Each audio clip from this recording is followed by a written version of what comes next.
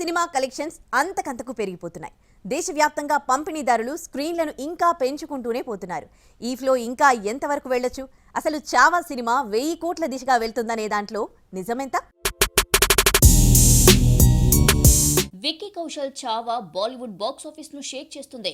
Correct content పట్టుకుంటే బాలీవుడ్ ఎంతవరకు వసూలు రాబట్టవచ్చో ఈ ఫిలిం చూపిస్తుంది. మొన్నటి వరకు అతి తక్కువగా ఉన్న స్క్రీన్లను ఇప్పుడు భారీగా పెంచుకునే పరిస్థితి వచ్చింది. మొదటి వారం 4-5 షోలు మాత్రమే ఇచ్చిన జిల్లా కేంద్రాలు వాటిని 10కి పెంచాయి. చావాకు ఈ స్థాయి కలెక్షన్స్ రావడంలో సోషల్ మీడియా ప్రచారం ప్రధాన కారణంగా కనిపిస్తుంది.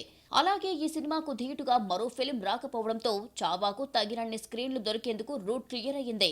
మరీ ముఖ్యంగా ఈవినింగ్, నైట్ షోలు మంచి ఆక్యుపెన్సీలు చూపిస్తున్నాయి. జస్ట్ 10 రోజుల్లోనే 300 కోట్ల క్లబ్ లో అడుగుపెట్టేసింది.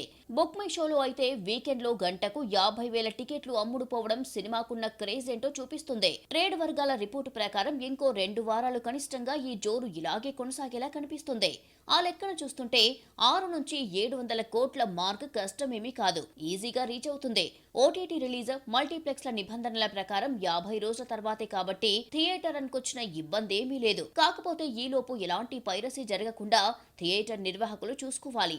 బాలీవుడ్ లో లీడింగ్ హీరోల్లో రణబీర్ కపూర్ ముందు వరుసలో ఉండగా ఇప్పుడు ఈ టాప్ 1 లీగ్ లోకి విక్కీ దాదాపు చేరిపోయినట్టే. ఈ హీరో గారు ఎక్కడికి వెళ్లినా జనాలు నీరాజనాలు పడుతున్నారు. చావా ప్రభావం ఏ స్థాయిలో ఉందంటే పలు నగరాల్లో అక్బర్, బాబర్, మొఘల్ రాజుల పేర్లున్న వీధుల బోర్డులను జనాలు మార్చేస్తున్నారు.